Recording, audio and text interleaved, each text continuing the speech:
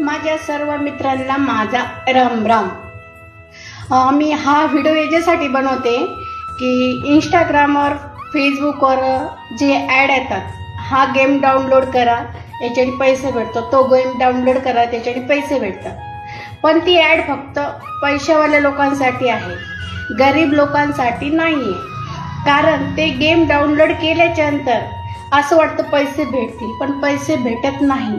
उलट आपल्याजवळचे पैसे चालले जातात, प्रत्येक वेळेस 2000 3000 रुपये चालले जातात, पण त्यांच्याकडनं 1 रुपयाही येत नाही।